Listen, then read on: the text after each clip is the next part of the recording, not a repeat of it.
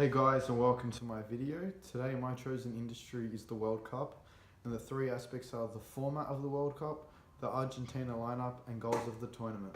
Hope you enjoy. So on to our first aspect, which is the World Cup format. So every country has to qualify through its respective confederation, whether it was Europe, South America, Asia, etc.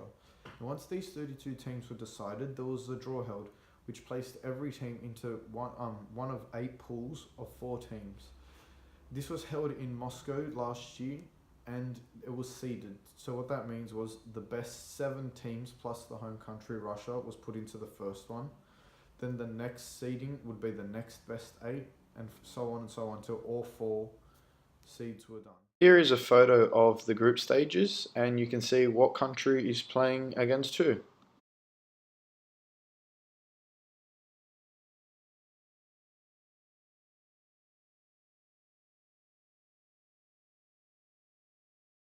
So the tournament starts with 8 groups of 4 teams, and every team plays each other in a round robin like schedule. So you get 3 points for winning, 1 point for a draw, and 0 points if you lose.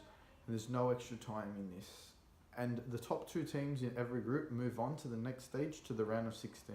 So after the group stage, it becomes a round of 16 bracket where it becomes single elimination. What that means is if you lose, you're out, or if you win, go through to the next round. And in this, there's extra time. If there's no winner by extra time, it goes to penalties. So you must be thinking, like, how do they sort this out? Like, who plays who?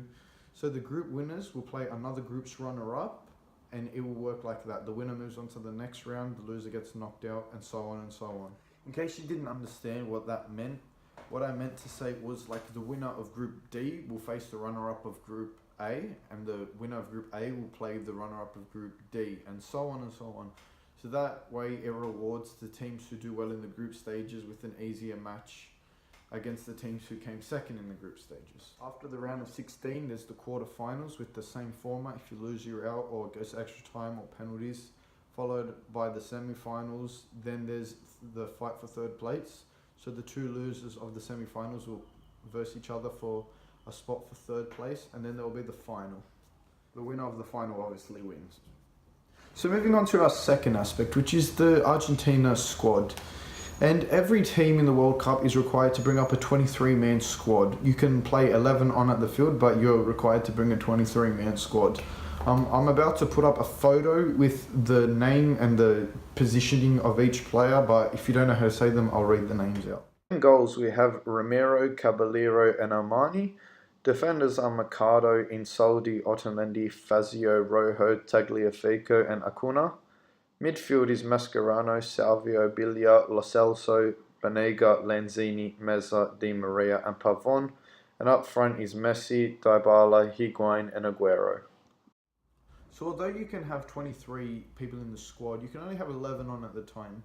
So the countries obviously always change their starting 11 and stuff, so I'll just read out who Argentina played in their first game.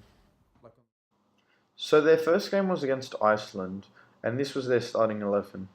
In goals, they played Caballero. The defenders were Salvio, Otamendi, Rojo, and Tagliafico. The midfielders were Mascherano and Biglia. The wingers were Meza and Di Maria, and the 2 strikers were Messi and Aguero. As I said before, the starting 11 always changes, like, from game to game, so they won't always play that lineup. And if you take into account substitutions, that won't be the team that they play for the whole game. You're allowed 3 substitutions, so at any time within the game they can make subs, and that lineup will always change. So in our third aspect, I would like to play the top 10 goals, in my opinion, of the group stage. Enjoy.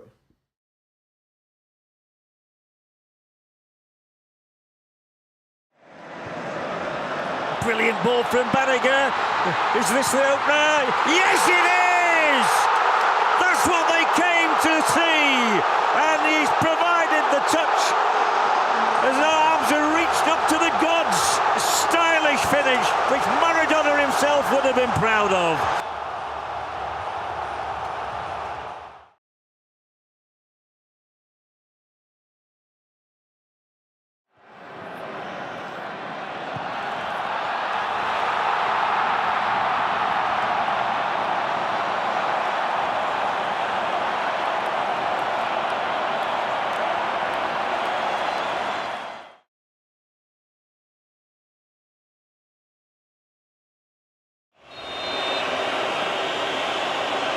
It's Luis Suarez, and it's in! He's done it again! He found a way past the wall! One of the world's great goal scorers, Luis Suarez, strikes again.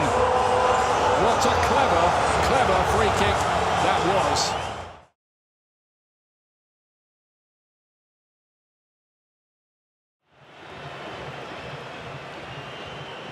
Kroos will go for it and score! An inspirational moment from Toni Kroos. Well, when they're down, when they are tested, they find a way to win.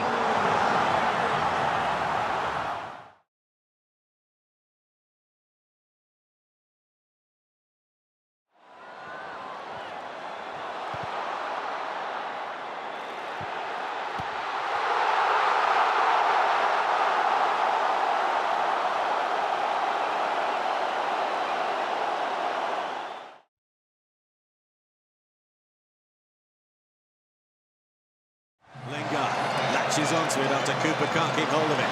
Jesse Lingard, 3-0.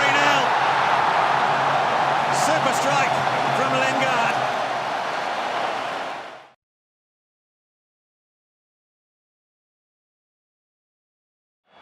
Marcelo. What a way to start for Brazil. What a hit from miles out. Coutinho. Brazil lead at the World Cup.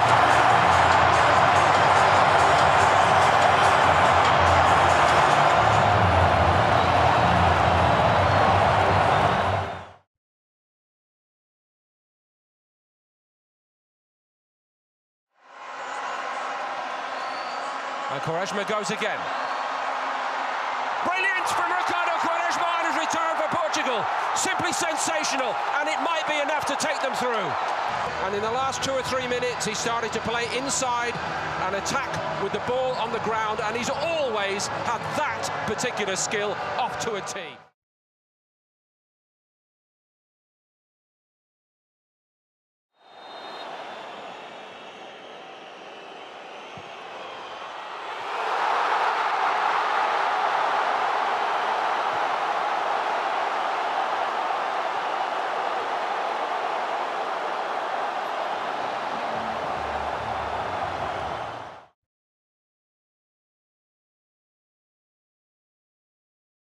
It's going to be Alexander Kolarov to hit this, and he really can hit them.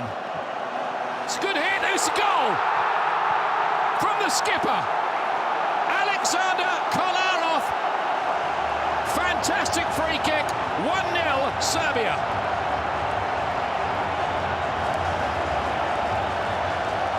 There was also some other great goals in the World Cup, including Cavani's goal against Portugal. However, these goals weren't in the group stage. I'm in the round of 16, so I couldn't actually add them into this video as these goals were the best goals of the group stage. There was also another great goal. It was Luka Modric's goal, and if I'm honest, I'd put it in the top 3, but I didn't want to add it in because he's from Croatia, and Sir's from Croatia, and I don't like Sir. I hate you, Sir, so as if I'd add them in. Anyways, hope you guys enjoyed the video, and thank you for watching. Have a good day. And yeah, here's the credits scene. Anyways, thank you.